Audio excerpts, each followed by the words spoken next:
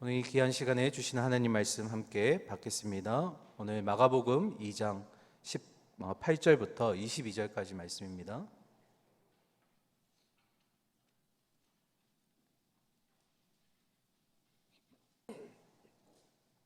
신약성경 51면에 있습니다. 마가복음 2장 18절부터 22절까지 새 포도주는 새 부대라는 제목으로 말씀 받겠습니다.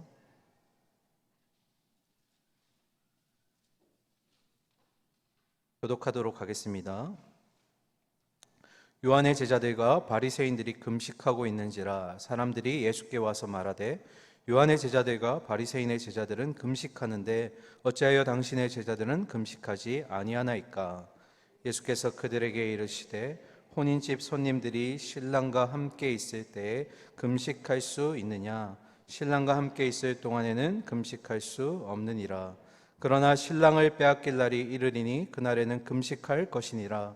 생배 조각을 낡은 옷에 붙이는 자가 없나니 만일 그렇게 하면 기운 새 것이 낡은 그것을 당기어 헤어짐이 더하게 되느니라. 22절입니다.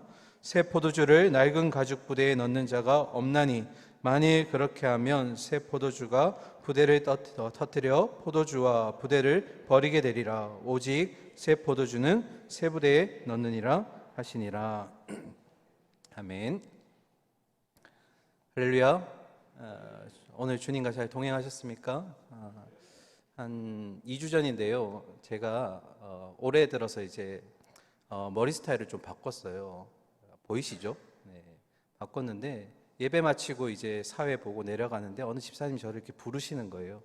그러더니 귀에다 대고 이렇게 얘기하시는 거예요. 목사님 이렇게 잘생겼는지 몰랐어요. 이러는 거예요. 지금 제가 이 교회 섬긴 지가 8년 차거든요. 8년 만에 하신 거예요. 머리를 깎아서.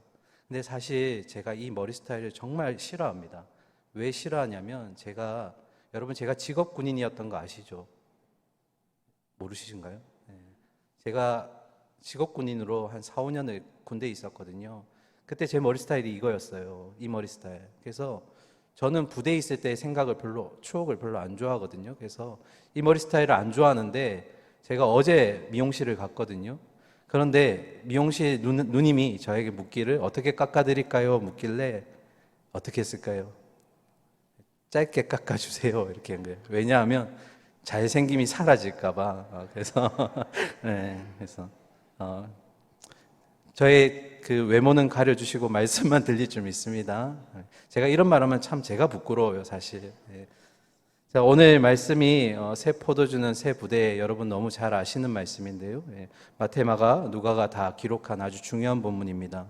여러분 18절에 보시면 요한의 제자들과 바리새인들이 나와서 예수님의 제자들을 향해서 금식하지 않는 모습을 보면서 왜 금식하지 않습니까? 하고 질문하는데요. 여러분 동일한 본문인 마태는 접속사가 하나 들어있어요. 그때라는 뜻인데 이 그때라는 의미가 어떤 의미냐면 그의 집, 우리가 앞에 본문이었던 레위, 마태의 집에서 예수님이 식사하시던 그때를 얘기하는 겁니다. 제가 늘 말씀을 전할 때 앞본문 복습하고 시작하잖아요. 근데 오늘 왜 본문을 복습하지 않을까? 이것 때문입니다. 당연히 복습해야죠. 오늘 말씀이 지난번 말씀과 연결되어 있기 때문에 너무나 중요해서 잠깐 복습하고 오늘 말씀 볼 텐데요. 지나가시다가 레이가 세간에 앉아있는 모습을 보셨던 예수님입니다.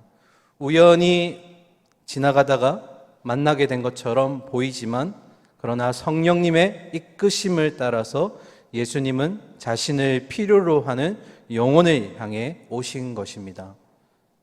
그곳에는 동족인 유대인에게서 높은 세금을 취해서 로마에는 상납하고 남는 것은 자신의 이익을 취했던 세리, 텍스 콜렉터라 불리는 레위가 그 자리에 앉아 있었습니다. 여러분 당시 세리는 이익을 통해서 먹고 사는, 그래서 자신의 생계를 유지하는 그런 문제들은 해결하는 사람이었지만 그러나 유대인 중에 자기 몸을 팔아서 생계를 유지했던 창녀와 함께 죄인의 계급에 속하는 계급이 바로 이 세리들입니다. 그리고 또 한 가지, 유대인에게 있어서 가장 정신적으로 중요한 유대교에서 이 세리라는 이 직업 때문에 출교당하는 것이 바로 이 세리의 모습이고요. 그리고 레이 개인적으로도 먹고 사는 문제가 해결되었고 높은 직급에 올라갔기 때문에 어느 정도의 자리를 지킬 수 있었지만 비도덕적이고 비양심적인 이런 직업을 통해서 그가 과연 행복을 누렸을까? 진짜 기쁨을 맛보았을까? 그런 고민이 있을 찰나에 그에게 예수님이 찾아오신 겁니다. 그리고 예수님이 레이 속에 있는 마태를 발견하셨죠. 레이의 이름 뜻 기억하시나요? 고독한 자, 연합된 자였죠. 연합된 자.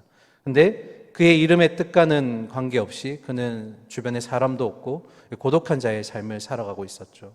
그런데 예수님은 다른 사람들의 시선과 다르게 마태를 보셨죠. 마태의 뜻이 여호와의 선물. 그 속에 그가 비록 세리라는 직분을 가지고 살아가지만 그도 역시 주님의 구원을 필요로 하는 불쌍한 영혼이다. 주님은 그 속에 마태를 보셨고 그리고 찾아가셔서 이제는 더 이상 그런 비도덕적이고 비양심적인 직업 내려놓고 사람을 취하는 제자가 되어 나를 따르라 라는 그 명령에 레이가 순복하게 됩니다.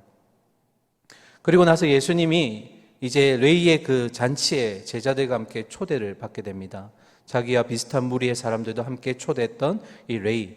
여러분, 이 잔치가 제가 송별회라고 말씀드렸죠. 이 송별회라고 했던 이유는 레이가 그동안에 자기의 세리의 직분을 다 청산하고 이제는 예수님 따라가겠다라는 그런 새로운 발돋움이 이제 시작되는 그 자리이기 때문에 송별회라고 부릅니다. 여러분, 이 식사의 자리가 오늘 굉장히 중요합니다. 오늘 본문과도 연결되기 때문인데요. 그러면 왜 식사의 자리가 중요할까요? 우리 마가복음 2장 17절 말씀 화면 보면서 함께 읽겠습니다. 시작. 예수께서 들으시고 그들에게 이르시되 건강한 자에게는 의사가 쓸데없고 병든 자에게라야 쓸데 있느니라. 나는 의인을 부르러 온 것이 아니요 죄인을 부르러 왔노라 하시니라. 아멘. 원래 이 식사의 자리는 누가 초대한 겁니까? 레이가 예수님과 제자들을 초대한 자리입니다. 그런데 이 2장 17절을 통해서 초대의 인물이 바뀌게 됩니다. 예수님이 죄인들을 초대하는 자리가 된 것이죠. 자리가 주인이 바뀐 겁니다. 신랑이신 예수님이 제자들과 죄인들에게 베푸시는 결혼식 피로연, 축하연과도 같은 복된 자리가 바로 이 자리가 된 것입니다. 여러분, 메시아이신 예수님이 이 땅에 오심으로써 하나님의 구원과 축복의 감격이 지금 이 레이가 마련한 식탁 교제 속에 일어나고 있다는 것을 기억하시기 바랍니다. 그래서 이 식사 자리가 굉장히 중요합니다. 그런데 이 식사 자리를 불편해하는 사람들이 있었습니다. 마가의 본문에는 사람들이라고 되어 있지만 마태에 보시면 요한의 제자들이라고 정확하게 기록하고 있습니다. 그러니까 여러분, 예수님이 세리였던 레이의 집에서 식사 교제를 하실 때 요한의 제자들이 묻는 겁니다. 선생님, 요한의 제자들도 그리고 바리새인들도 지금 금식하는데 어찌하여서 당신의 제자들은 금식하지 아니합니까? 누가는 직접적으로 표현합니다. 당신의 제자들은 먹고 마시고 있습니까? 겉으로 보기에는 이들이 예수님의 제자들을 향한 그런 어떤 질문같이 보이지만 사실은 이 화살은 예수님에게 향하고 있는 거죠. 당신의 제자들이 먹지 말아야 하고 마시지 말아야 될 곳에서 지금 먹고 마시고 있다. 여러분, 바리새인들이 그 당시에 사람들로부터 명성과 자기의 위치를 지키기 위해서 끊임없이 애썼던 세 가지가 있습니다. 그 세 가지가 바로 구제, 그리고 기도, 그리고 금식입니다. 구제와 기도와 금식. 이와 관련해서 예수님이 말씀을 주셨습니다. 특별히 먼저 구제에 대한 말씀 한번 보실까요? 마태복음 6장 2절인데요. 그러므로 구제할 때에 외식하는 자가 사람에게서 영광을 받으려고 회당과 거리에서 하는 것 같이 너희 앞에 나팔을 불지 말라. 진실로 너에게 이르노니 그들은 자기 상을 이미 받았느니라. 여러분, 이 사람들 누구일까요? 바리새인들입니다. 이런 거죠. 바리새인들이 구제를 하기 위해서 왼손이 오른손이 하는 것을 모르게 하는 것이 아니라 종과 함께 거리로 나옵니다. 그리고 종들이 나팔을 봅니다. 뿡 하고 크게 분 다음에 다들 보십시오. 우리 선생님이 지금 구제하고 계십니다 하고 소리를 칩니다. 그 많은 사람들이 쳐다보면서 우리 선생님이 구제를 하고 계시는구나. 많은 사람들이 보는 앞에서 구제하는 겁니다. 기도는 어떨까요? 마태복음 6장 5절 이어서 보시면 너희는 기도할 때에 외식하는 자와 같이 하지 말라. 그들은 사람에게 보이려고 회당과 큰 거리 어귀에 서서 기도하기를 좋아하느니라. 내가 진실로 너에게 이르노니 그들은 자기 상을 이미 받았느니라. 이것 또한 이제 바리새인들을 얘기하는 겁니다. 여러분, 우리 선생님께서 지금 기도하고 계십니다. 바리새인이 그 큰 거리에서 시장에 사람들 많은 데서 앞에서 기도하면 많은 사람들이 훌륭하신 분이구나, 기도하는구나 이렇게 바라보게 된다라는 겁니다. 그러니까 바리새인들이 자기의 명성과 위치를 지키기 위해서 보이는 구제, 보이는 기도, 그리고 보이는 금식을 철저히 행했다라는 겁니다. 이에 대해 예수님이 바리새인들을 뭐라고 부르셨죠? 외식하는 자들, 그리고 독사의 자식들, 맹인 이렇게 하면서 질타하셨죠. 오늘 본문은 금식에 대한 얘기입니다. 여러분, 유대인은 금식을 할 때 크게 두 가지 금식으로 나누는데요. 첫 번째가 바로 개인적인 금식입니다. 이 개인적인 금식은 유대인 개인이 자기가 이번엔 나는 3일을 해야지, 이번에는 10일을 해야지, 나는 40일을 할 테야 하고 개인이 정해서 하는 그런 유동적인 금식이 있고요. 또 한 가지는 정기적인 금식이 있습니다. 레위기 16장에 보시면 이 특별히 이스라엘 백성이 1년에 딱 한 번 금식을 해야 되는 날이 있습니다. 언제일까요? 바로 대속죄일입니다. 레위기 16장에 기록되어 있는데요. 그날에는 이들이 모두 정기적으로 한 번 금식하게 되어 있습니다. 그런데 시간이 흘러가면서 이들이 바벨론 포로로 잡혀갔다가 돌아오게 되고 나서 금식의 일수를 늘리게 됩니다. 정기적인 금식이 4번이 더 늘어나는데요. 예루살렘이 포위당했을 때, 그리고 예루살렘의 성이 불탔을 때, 예루살렘이 멸망했을 때, 그리고 자기 백성들이 죽음당했을 때, 이것을 회상하면서 4월, 5월, 7월, 10월 이렇게 4개월, 한 달에 한 번 정도 금식을 추가로 하게 됩니다. 그런데 이 정기적인 숫자도 많은데 바리새인들은 2번 더 추가를 하게 됩니다. 우리가 잘 아는 구절인데요. 바리새인의 기도에 나타납니다. 누가복음 18장 11절을 보시면 나는 일회에 몇 번씩 할까요? 2번씩 금식하고 또 소득의 11조를 드리나이다. 이게 바리새인의 고백인데요. 이 바리새인들은 앞에서 하는 5번도 부족해서 매 주마다 월요일과 금요일이 되면 이틀에 한 번, 이틀 동안 금식을 한다라는 겁니다. 그러면 이제 종합해 볼까요? 예수님이 지금 세리였던 그 레위가 열어주었던 잔치에서 제자들과 함께 식사 교제를 나누고 있습니다.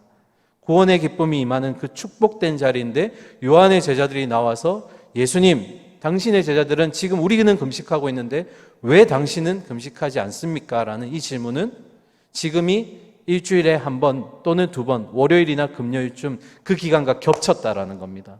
이해가 되시죠? 그러니까 바리새인들이 하는 금식 기간에 지금 본문을 보시면 요한의 제자들도 동참하고 있다는 것을 알고 있습니다. 이에 대해서 이제 예수님이 대답을 하십니다. 19절과 20절 우리 함께 읽겠습니다. 시작. 예수께서 그들에게 이르시되 혼인집 손님들이 신랑과 함께 있을 때 금식할 수 있느냐? 신랑과 함께 있을 동안에는 금식할 수 없느니라. 그러나 신랑을 빼앗길 날이 이르리니 그날에는 금식할 것이니라. 아멘. 여러분, 혼인집 손님들이라고 되어 있지만 원문을 보시면 혼인집 남자들, 신랑의 친구들이라고 번역이 됩니다. 그러니까 예수님이 자신을 신랑에 비유한 것은 자신의 제자들이 바로 신랑의 친구들이기 때문이죠. 예수님이 2가지 답변을 내놓으셨습니다. 19절을 먼저 보시면 첫 번째, 금식할 수 없다. 언제 금식할 수 없을까요? 신랑이 그들과 함께 있을 때, 혼인집 잔치가 있을 때는 금식할 수가 없다. 그리고 20절에는 그러나 금식할 수가 있다. 금식해야 한다. 그때는 언제입니까? 신랑이 빼앗겨질 그날에는. 그러니까 예수님이 금식에 대해서 금식 자체를 부정한 건 아닙니다. 그렇죠? 그리고 실제로 사도행전을 보시면 초대 교회에서 금식을 했던 장면이 있습니다. 사도행전 13장에 보시면 안디옥 교회의 지도자들이 선교사를 파송하기 전에 금식하는 장면이 기록되어 있습니다. 그러면 첫 번째, 금식할 수 없다라는 이 대답, 혼인집 손님들이 신랑과 함께 있을 때에는 금식할 수 없다라고 기록되어 있습니다. 여러분, 결혼하시고 나서 피로연을 열면 금식할 수 있을까요, 없을까요? 아유, 신랑이 너무 못생겨서 안 되겠어, 금식해야겠어, 이러나요? 아니죠. 너무너무 축복된 자리잖아요. 두 사람이 만나서 하나님이 맺어주셔서 평생을 함께 하겠다는 그 자리, 모두가 축복하는 자리에 금식할 수 없습니다. 그런데 중요한 것은 여러분, 신랑이 무언가를 했기 때문이 아니라 주인공이 그 자리에 있기 때문에 기뻐할 수밖에 없다라는 겁니다. 이 말은 어떤 의미냐면 예수님이 주인공이신 그 자리에 계시는 그것으로 그들에게는 기쁨이 되고 금식할 수 없는 이유가 된다라는 겁니다. 누가복음 4장 18절과 19절에 보면 예수님이 이 땅에 오신 이유가 정확하게 나옵니다. 같이 읽으실까요? 시작.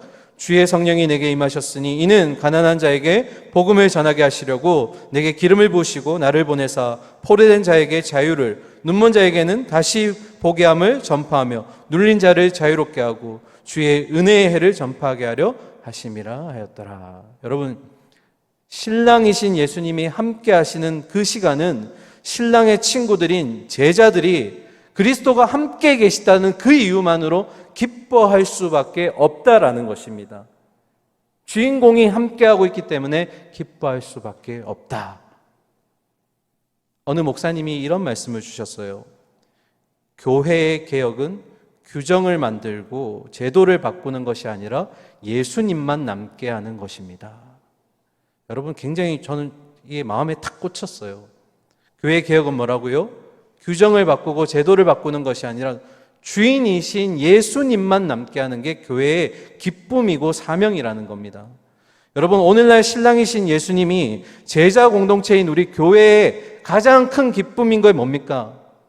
우리가 무엇보다 주인공이시며 신랑이신 주님이 우리와 함께 하고 있다라는 것, 그게 우리의 유일한 기쁨이 될 줄 믿습니다.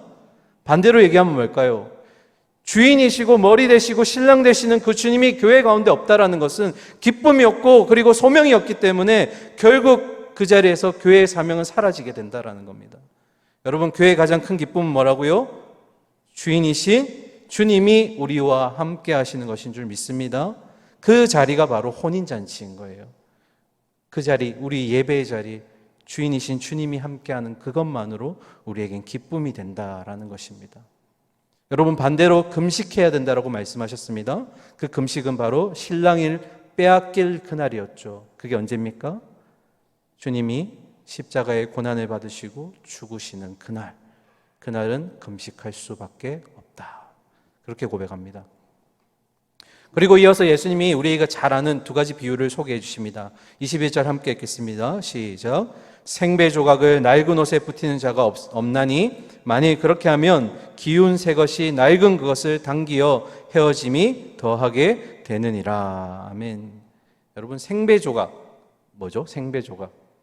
한 번도 빨지도 않고 사용하지도 않은 새 천조각을 얘기합니다. 이 새 천조각을 헌 옷에 구멍 난 곳이 있어서 붙이게 되면 나중에 빨래를 빨게 되면 어떻게 될까요?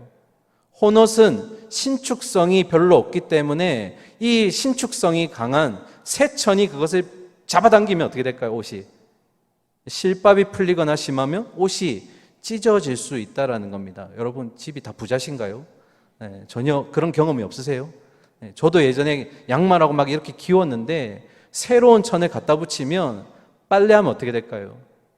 그 자리가 벌어져요. 이렇게 저희 집만 가난한 걸로. 네. 그런 신축성 때문에 이런 문제가 생긴다라는 겁니다. 그리고 또 한 가지 비유를 주셨죠. 22절입니다. 같이 읽겠습니다. 시작. 새 포도주를 낡은 가죽 부대에 넣는 자가 없나니 만일 그렇게 하면 새 포도주가 부대를 터뜨려 포도주와 부대를 버리게 되리라. 오직 새 포도주는 새 부대에 넣느니라 하시니라. 아멘. 여러분, 이 가죽, 이 포도주를 담는 가죽은 염소 가죽인데요. 오직 새 포도주는 어디에 넣어야 된다고요? 새 부대에 넣어야 된다. 그러면 여러분, 왜 새 포도주를 낡은 가죽 부대에 넣지 않고 새 부대에 넣어야 될까요? 처음 포도주를 담그면 맛이 있을까요, 없을까요? 다 아시면서 왜 고개를 얘기를 안 하세요? 네. 포도주는 언제 맛있나요? 그렇죠, 익었을 때. 우리 다 성찬식 때 드셔보셨잖아요. 그죠? 예. 다 모르시는 척. 그 포도주가 시간이 지나고 발효가 돼서 깊은 맛이 나야 되죠. 그죠? 그래야 맛있는데 처음 포도주가 발효되려면 그 안에서 가스가 배출이 되고 부피가 팽창합니다. 그런데 헌 가죽 부대, 예전에 썼던 포도 가죽 부대라면 그 신축성이 그렇게 크지 않기 때문에 이 포도주가 팽창하는 만큼 감당을 못하는 겁니다. 그래서 나중에 시간이 지나면 어떻게 될까요? 뻥 하고 터지면서 가죽 부대도 쓸 수 없게 되지만 안에 들어있는 본 그 포도주도 쓰지 못한다라는 겁니다. 그러면 여러분, 이 비유는 결국 우리가 해석을 해야 될 텐데, 그러면 낡은 옷과 낡은 가죽 부대는 무엇을 의미할까요?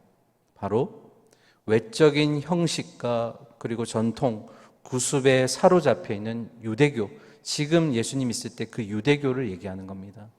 그러면 새 천조각 그리고 새 포도주는 무엇일까요? 바로 예수 그리스도가 가지고 오신 복음을 의미하는 겁니다. 그럼 어떤 의미일까요? 지금 이스라엘이 처해져 있는 종교적 상황이 부분적으로 새로운 천을 덧대거나 고칠 수 있는 정도를 넘어섰다라는 겁니다. 그들은 신축성도 없고 유연성도 없고 그걸 받아들일 수가 없기 때문에 새로운 본질이 들어왔을 때 그것을 담아낼 수가 없다라는 표현을 지금 예수님이 비유로 말씀하고 계시는 겁니다. 그런데 참 재밌게도 누가가 마가와 마태가 기록하지 않은 한 구절을 더 기록했어요. 화면 한번 보실까요? 누가복음 5장의 말씀인데요. 묵은 포도주를 마시고 새 것을 원하는 자가 이때 없다요. 없나니 묵은 것이 좋다 함이더라. 어떤 의미일까요? 지금 유대인들이 묵은 포도주, 옛것에만 빠져있고 그것을 너무 귀하게 여기고 있는데 정작 그들이 기다리고 있던 메시아, 예수님이 오셨음에도 불구하고 새로운 복음이 왔음에도 불구하고 그들은 옛 전통이 너무 좋아서 그것만 가지려고 새 것을 받아들이지 않으려고 한다라는 겁니다. 옛 것이 너무 좋아서. 지금 새로운 게 들어왔는데 이걸 받아들일 마음이 없다라는 겁니다. 그럼 본질로 돌아와서 요한의 제자들이 예수님께 질문했습니다. 뭐라고 했죠? 당신의 제자들은 왜 금식하지 않습니까? 그러면 우리는 이런 질문을 해야 되겠죠. 금식을 왜 해야 할까요? 금식의 동기가 뭐냐는 겁니다. 여러분, 금식이 뭔가요? 여기 많이 금식해 보셨는데 금식이 뭐죠?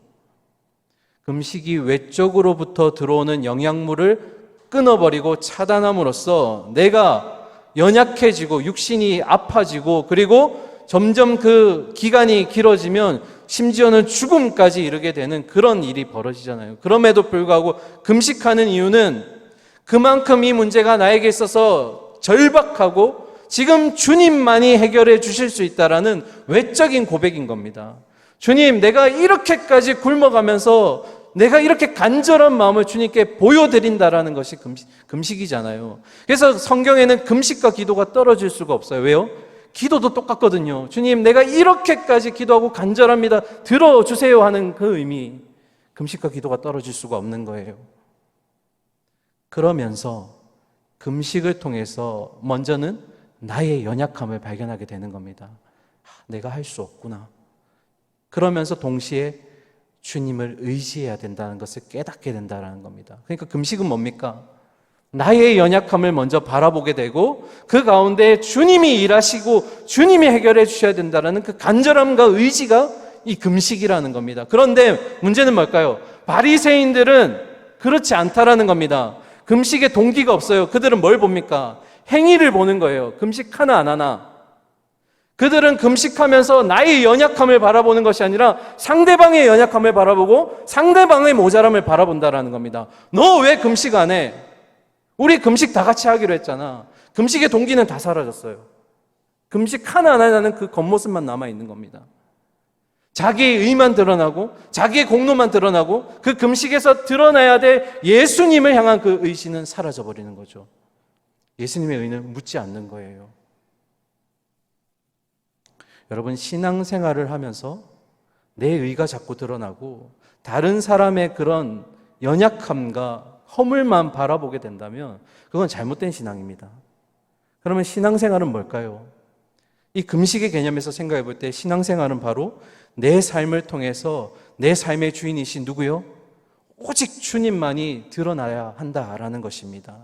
신앙생활이 깊어질수록 누가 나타나야 될까요? 내가요? 아니요. 주님이 나타나야죠.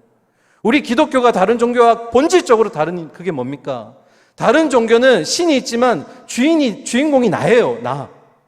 내가 복 받아야 되고 내가 누려야 되고. 근데 기독교는 본질적으로 다르죠. 주님을 믿고 영접하는 순간 주인이 내가 아니라 주님이 되시는 겁니다. 내 인생에서 드러나는 것은 내가 아니라 주님이 돼야 되는 거예요. 그러니까 우리는 세례 요한처럼 점점 희미해져 가야 되는 겁니다. 왜요? 그래야 우리 주님이 드러나시는 거거든요. 우리의 신앙생활 가운데 나는 점점 겸손해지고 나는 점점 희미해지고 내 삶의 주인이신 주님이 드러날 때 우리는 신앙생활을 바르게 하고 있는 것입니다. 그래서 여러분, 우리가 신앙생활하면서 질문해야 돼요. 내가 정말 주님이 드러나고 있는가? 내 삶 가운데 나의 신랑이신 주님이 나타나고 있는가? 여러분, 바리새인들을 비유했을 때 낡은 옷, 낡은 가죽 부대라고 표현했습니다. 여러분, 낡은이 뭘까요? 낡은은 변화한다라는 의미입니다. 변화한다라는 것은 진리가 아니라는 거예요. 진리는 뭡니까? 시대가 지나고 환경이 바뀌어도 바뀌지 않는 것. 성경의 말씀, 하나님, 예수 그리스도, 성령님, 우리의 진리는 그거예요. 그런데 낡은 옷, 낡은 가죽 부대는 뭐라고요? 시간이 지나면 낡아지고 굳어져 버리는 것. 이건 진리가 아니라는 거죠. 그러면 반대로 우리가 새 것으로 바뀌어야 된다라고 얘기하는데, 그럼 새 것으로 바뀐다는 것이 우리 교회에 있는 모든 것들을 다 그냥 뜯어 고치는 것, 내 신앙생활을 완전히 뒤바꾸는 것을 얘기할까요? 그렇지 않아요. 이 새 것으로 바꾼다는 의미의 정확한 의미는 본질에 집중해야 한다는 겁니다. 이 비유의 본질은 뭡니까? 바로 새 포도주였죠. 그 포도주는 바로 예수 그리스도의 복음이라는 겁니다. 여러분, 새 것으로 바뀌어야 된다는 것은 다 바꾸자 이게 아니라 예수 그리스도의 복음에 우리가 집중해야 된다는 의미를 담고 있다는 겁니다. 그래서 우리는 스스로 점검해야 돼요. 뭘 점검해야 될까요? 내 신앙생활 가운데 내가 낡은 옷, 낡은 가죽 부대인가 아니면 새 부대인가? 내가 낡은 가죽 부대인가 새 부대인가? 여러분, 이걸 어떻게 구별할 수 있을까요? 내가 낡은 가죽 부대인지 새 부대인지 어떻게 알 수 있을까요? 답은 바로 신축성에 있습니다. 다른 말로 유연성에 있어요. 그게 어떤 의미일까요? 여러분, 신축성이 없으면 딱딱하게 굳어집니다. 펼쳐지지 않아요. 그저 옛 전통과 옛 구습, 나 때는 그랬는데 내 신앙생활 때는 이랬는데 나의 연약함은 보지 못하고 다른 사람들의 허물과 그런 연약함만 바라보게 되면 우리의 신축성이 없다라는 겁니다. 여러분, 제가 올해 교회 8년 차잖아요. 그죠? 그러면서 저도 늘 이것 때문에 조심해요. 내가 혹시나 가죽부대가 옛 가죽부대가 아닌가? 우리 교회에 너무 오래 있다 보니까 굳어져 있는 거 아닌가? 바뀔 때 바뀌어야 되는데, 그러면 신축성을 가지기 위해서 뭐가 필요할까요? 바로 본질인 예수 그리스도의 복음이 있어야 된다는 겁니다. 예수 그리스도의 복음을 통해서 우리가 유연성을 갖추어 가야 한다라는 거죠. 그래서 여러분, 새 부대가 되기 위해서 우리는 늘 복음으로 개혁되어야 될 줄 믿습니다. 아멘. 그래서 사랑하는 우리 성도님들, 늘 복음으로 우리가 개혁되어져서 우리 안에 본질인 새 포도주인 예수 그리스도의 복음을 통해서 우리는 새 부대가 되기를 소망합니다. 여러분, 신앙생활 가운데 내가 드러나는 것이 아니라 누가 드러나야 된다고요? 오직 그리스도. 우리 교회 가운데 유일하게 남아야 되는 게 있다면 뭐라고요? 예수 그리스도. 우리가 우리 안에 신축성, 그 복음 가운데 신축성을 가지심으로 우리가 새 부대가 될 수 있는 그런 놀라운 은혜가 있기를 소망하고 축원합니다. 아멘. 함께 기도하겠습니다. 사랑과 공의 하나님 아버지, 신앙생활이 깊어지면서 우리 안에 혹시 굳어져 있는 것 없습니까? 우리 안에 연약함을 보지 못하고 다른 사람들의 허물과 연약함만 바라보고 있지 않습니까? 정작 나의 연약함을 바라보지 못하면서 금식하고 기도하고 예배하고 있지 않습니까? 하나님, 본질을 찾게 하여 주시옵소서.